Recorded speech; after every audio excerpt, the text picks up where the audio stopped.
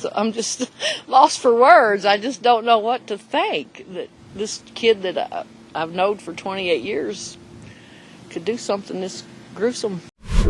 It was a warm Sunday evening in Coffee County, Tennessee, the kind of evening where nothing unusual is supposed to happen. The sun was still lingering in the sky, casting long shadows across the lawns and gravel driveways of this sleepy rural neighborhood. Jason Walker, a local man who had lived a simple life in this quiet stretch of Tennessee, was outside in his yard around 6:30 p.m., prepping for the week ahead. It was one of those peaceful, slow-moving evenings that came with a sense of calm and routine until he heard someone calling his name. The voice came from over the chain-link fence separating his yard from the property next door. Jason turned. Standing there was his neighbor, 37-year-old Gregory Scott Hale. Gregory was hard to read. He wasn't the friendliest guy, but not someone people feared either. He had a reputation for being a bit off, quiet, strange, into some dark stuff. Halloween decorations year-round, goth-style clothing. Some folks whispered that he was obsessed with serial killers, but in a town like Coffee County, things like that were chalked up to quirky rather than dangerous. Still, Jason wasn't particularly fond of him. When Gregory waved him over, Jason sighed but walked to the fence anyway. "What's up?" he asked. Gregory leaned in a little and asked casually, "Where's your backhoe?" Jason blinked. "It's not here. Won't have it back for a few days." Then came a pause, and the sentence that stopped Jason cold. "Damn," Gregory said. "I needed it to hide the evidence." Jason stared at him. Gregory motioned toward two white 5-gallon buckets sitting near his burn pit. "Tried burning everything," he said flatly. "Didn't work. Figured I'd just bury it." It was such a strange thing to say. Strange even for Gregory. Jason gave a forced laugh. Maybe this was a joke. A tasteless one. He muttered something about needing to go, turned around and left the fence behind. But something gnawed at him, and as the minutes passed, that gnawing turned into dread. By 9:30 p.m., nearly 3 hours after the fence-side conversation, Jason couldn't shake it anymore. He got in his car and drove to the Coffee County Sheriff's Department. When he walked into the station, he asked to speak with someone, urgently. Corporal Brad Roberts was behind the front desk. He listened to Jason's story. At first, the officer thought it sounded ridiculous. Violent crime in Coffee County was rare, and this just seemed out there. But Jason was pale. His voice cracked. He kept repeating that the more he thought about it, the more it felt real. That's when Roberts' instincts kicked in. He radioed 2 more officers, Deputy Rainey and criminal investigator Chad Dendy, and the 3 of them followed Jason back to his house. They didn't want to be seen. They came through the back way, headlights off, quiet, careful. Jason led them to the fence. The officers crouched low and pointed their flashlights toward Gregory's yard. There, just as Jason had said, were 2 white buckets. They glowed in the beam like ghostly warnings. Investigator Dendy reached for a garden hoe lying in Jason's grass. He extended it over the fence and hooked the handle of the closest bucket. With a tug, he pulled it toward them, over to their side. Then he peeled back the lid. All 3 men recoiled. Inside was a human head and a hand. A chill hit the summer air. They called for backup immediately.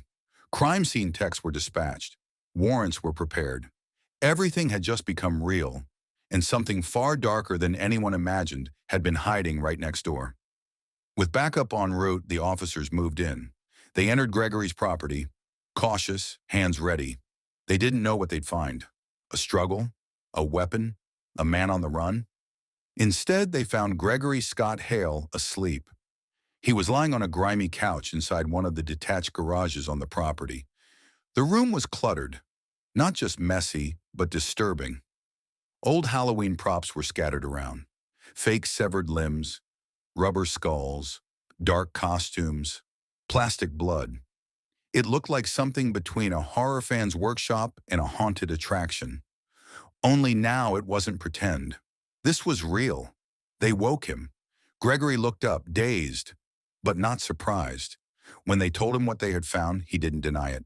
He told them, simply and flatly, "Yeah, I killed her. Put her head and limbs in the buckets.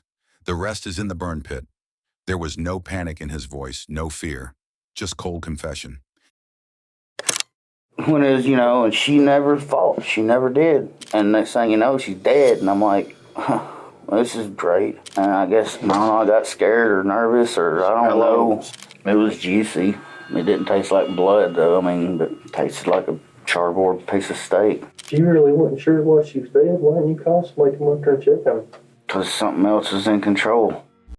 3 days earlier, July 6th, 2014, the last known movements of Lisa Marie Hyder were captured by a liquor store security camera. She walked into Oak Liquor around 3:30 p.m., her long red ponytail pulled back, big black sunglasses on, glancing around nervously. She looked anxious, uncertain. She twisted her hair in her fingers, scanned the shelves, adjusted her glasses. Lisa had traveled from Dunlap, Tennessee to Manchester that day. She wanted to see her 2 young children, the youngest just a baby. She had separated from her husband, and things had been hard, but she still came to visit, to spend time with them. Her life was difficult. She had battled alcoholism before, and just recently she had received devastating news, a diagnosis of ovarian cancer. She had 6 months to live. People close to her said the diagnosis broke her. She began drinking more, acting out, losing control. Still, she loved her kids deeply. That was never in doubt. That day she was stuck. She called her ex-husband, hoping for a ride, but he was tied up unloading a truck in Huntsville. He couldn't get there. So Lisa walked and waited and finally approached a man in the liquor store aisle, Gregory Scott Hale. The cameras captured them talking, then walking out together. That was the last time Lisa Marie Hyder was seen alive, inside the Coffee County Sheriff's Office, in a quiet, closed-off room. Gregory Scott Hale sat calmly at a metal table, hands resting in front of him. Across from him was Chad Parton, a detective who knew the Hale family personally. He'd worked with Gregory's mother in law enforcement for years. It was late, the kind of late where the night seems endless, the kind of late where truth starts to bleed through the cracks of control. Gregory had just confessed, casually, emotionlessly, to killing a woman, chopping her up, and placing parts of her body in buckets. And now detectives wanted more. Not just the confession, but the details. The why. Detective Parton began reading Hale his rights again, even though he'd already heard them once. Just procedure. But Hale wasn't resisting. If anything, he seemed eager to talk, like he had been waiting for this moment. What followed over the next 3 hours was one of the most disturbing confessions detectives in Coffee County had ever heard. Parton asked Gregory how he met Lisa. "She came up to me at the liquor store," Gregory said plainly, "asked if she could go home with me." He said it like it happened every day, as if women constantly threw themselves at him. According to him, Lisa was instantly taken with him. He said she flirted. She begged to go home with him. She said she didn't want to leave. He told detectives that Lisa had met his parents, his teenage son, and immediately tried to move into the house. Gregory lived with his mom and dad. A 14-year-old son stayed there too. He'd lost his job recently and was back home, stuck in limbo. And now, according to his version, Lisa just showed up and wanted to stay forever. It didn't add up. Lisa was in Manchester to visit her children. She loved them deeply. She had no ties to Gregory, no interest in moving into a stranger's garage. It was far more likely that she simply asked him for a ride and never knew what kind of danger she was walking into. Gregory told detectives they had been drinking together. He had his bottle. Lisa had her pint of 100 proof vodka. They sat in the garage, the same one filled with dusty props, axes, knives, and bloodied rubber limbs. "She started getting touchy," he said. Then Gregory leaned in closer and told them, "She wanted to be choked." He insisted it was all consensual, that she was into it, that she told him to keep going. "I wrapped a shirt around her neck," he said, "tightened it up." He claimed she didn't struggle, didn't fight back. She just kept saying, "Keep choking me." And then she was gone. No panic in his voice, no emotion, just cold facts, as if he were reading from a manual. Detectives asked if he tried to save her. "No," he said. "I don't know CPR." He admitted he slapped her face, opened her eyelids, checked for any movement. Nothing. Lisa was dead. Instead of calling the police, Gregory covered her body with a blanket and told his parents she had left. "I said she got mad and took off walking," he said. Then he waited. When the house went silent, when his parents and son were asleep, Gregory got up, walked to the garage, and let his twisted side take over. He stared at her body for a long time, lay down beside her, touched her skin. She was still warm, he said softly, but starting to stiffen. His words chilled the room. His tone wasn't panicked. It was fascinated. He said rigor mortis was just beginning. The blood had pooled. Her limbs were starting to lock, but not completely. Her arms still moved a little when he dragged her. And then he began to cut. He started with Lisa's head. He used a small knife, but it wasn't sharp enough, so he got an axe. He cut through bone, skin, cartilage, calmly, methodically. "I worked in a slaughterhouse for 6 years," he told detectives. "I know how to find the joints." He said it like he was proud. "I've skinned deer, cows. I know where to go." But Lisa wasn't an animal. She was a person, a mother, a daughter, a woman with only months left to live and still trying to see her children. And yet, Gregory treated her like meat. He removed her hands, her feet, her limbs. He placed her head and hands in the buckets. And then he told detectives something they didn't expect. He had cooked part of her body. Gregory admitted that he had cut a portion of muscle from Lisa's back and upper leg, what he referred to as the backstrap. It's a term hunters use. It describes a strip of meat along an animal's spine. It's tender, lean, considered a prized cut. He used that term for Lisa. He said he tossed a piece of her leg meat onto the fire. Let it cook. Just a small bite, about the size of an egg. When detectives asked him how it tasted, his face barely moved. "Juicy," he said. "Didn't taste like blood. Tasted like a charred piece of steak." He wasn't horrified. He wasn't ashamed. He was just telling them what he'd done. Detectives sat in stunned silence. He went on to say that he hadn't eaten anymore, that he hadn't kept any of her body parts, that he hadn't done anything else to her body. But by then, they weren't sure what to believe. As the hours passed, Gregory opened up more. He spoke about his past, his habits, his beliefs. He mentioned sleep paralysis, claimed he'd been seeing things, hearing things, shadows above his bed, a fan that moved on its own. He described constant headaches, buzzing in his ears, and most of all, he said his thoughts hadn't been right for a while. He tried to sound unwell, like something supernatural had been pushing him toward evil. But even through all the talk of demons and sleep disorders, one thing became clear. Gregory Scott Hale had been obsessed with serial killers for years. He admitted he'd watched endless documentaries, especially about Jeffrey Dahmer and Richard Ramirez. He called Ramirez his favorite. He read books, posted about them on social media, shared fan-made music videos spliced with real murder footage. He said he'd wanted to check into a psychiatric hospital, but they always sent him home. "I guess I didn't get there fast enough," he muttered. To the detectives, it was obvious. He wasn't trying to get help. He was trying to live out a fantasy. The interrogation room grew heavy with silence, interrupted only by the soft scratch of pens and the ticking clock on the wall. The words spilling from Gregory Scott Hale's mouth were dark, disturbing, and shockingly casual. As if he were sharing a memory of a camping trip, not confessing to one of the most gruesome crimes Coffee County had ever seen. And it wasn't over yet. Detectives pressed on, trying to understand not just what Gregory had done, but why. At times, Gregory seemed to distance himself from the horror.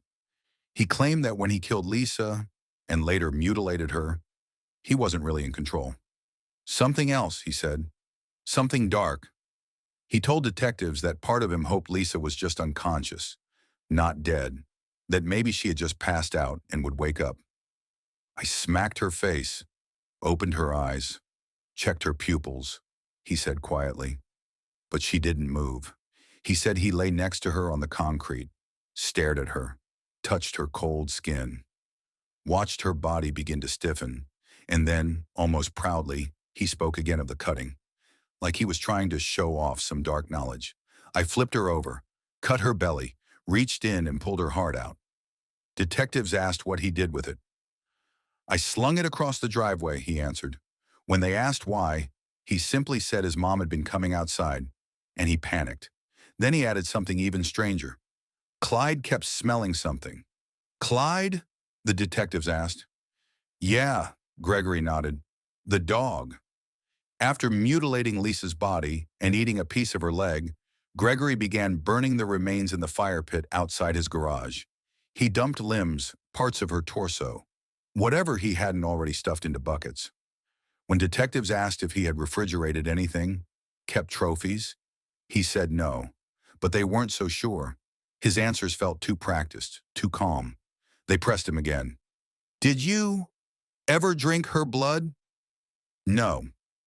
Did you ever have sex with her after she died? No. His answers were short, clean, clinical. But he had already admitted to everything else, and the line between what he confessed and what he hid had grown thin. At one point, Detective Parton leaned forward and asked a simple question. Greg, is this the first time you've ever hurt someone? Yes, Gregory replied without hesitation. Not even animals? I'm an animal lover, he said. But he had worked in a slaughterhouse for years, cutting flesh, breaking bone, desensitizing himself to pain and gore. Now he was using that skill on people. You ever think about keeping any parts of her? Gregory hesitated. Crossed my mind, he said. Thought about keeping her skull, maybe paint it up. I'm into masks and Halloween decorations and stuff. The words hung in the air like poison. This wasn't just murder, it was fantasy. A dark, twisted dream he had finally acted out. When detectives finally finished gathering Gregory's confession, they read it all back to him, line by line, and he signed it without protest.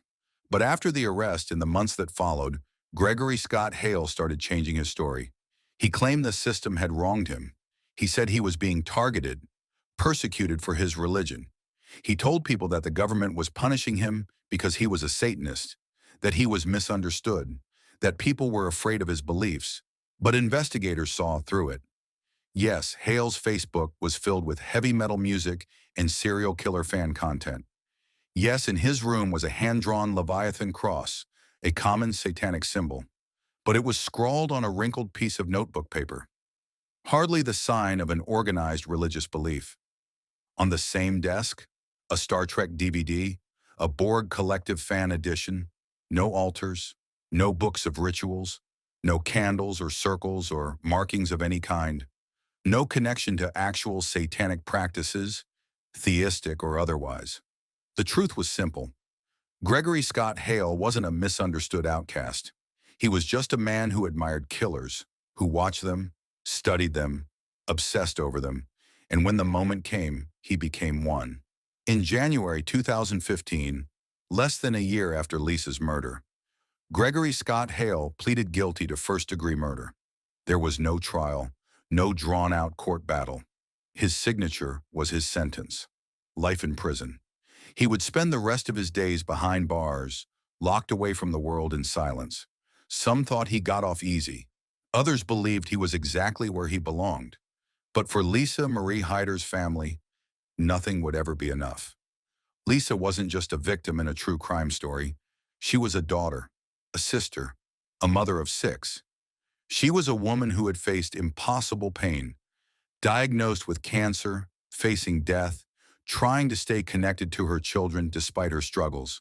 She was human, vulnerable, flawed, but still hopeful.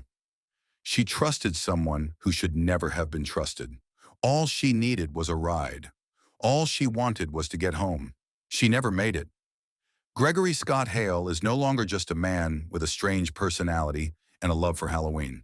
He's a killer, a butcher, a man who crossed every line and did it without a trace of remorse. He said it was a joke when he asked his neighbor for a backhoe. But there was nothing funny about the contents of those buckets, and nothing human about the way he saw Lisa's body, as meat, as something to taste, as something to own. Now he sits in a cold gray cell, not because he's a Satanist, not because of metal music, but because deep down, He wanted to become the monster he spent years watching on screen. And in the end, he did. If you're still here, thank you for listening to the full story of Lisa Marie Hyder and the man who destroyed her life, Gregory Scott Hale. If this case moved you, disturbed you, or made you think twice about the people we pass by every day, consider subscribing. We dive deep into the darkest corners of true crime. Subscribe, comment your thoughts. Stay safe and never ignore your gut, because sometimes evil is standing just across the fence.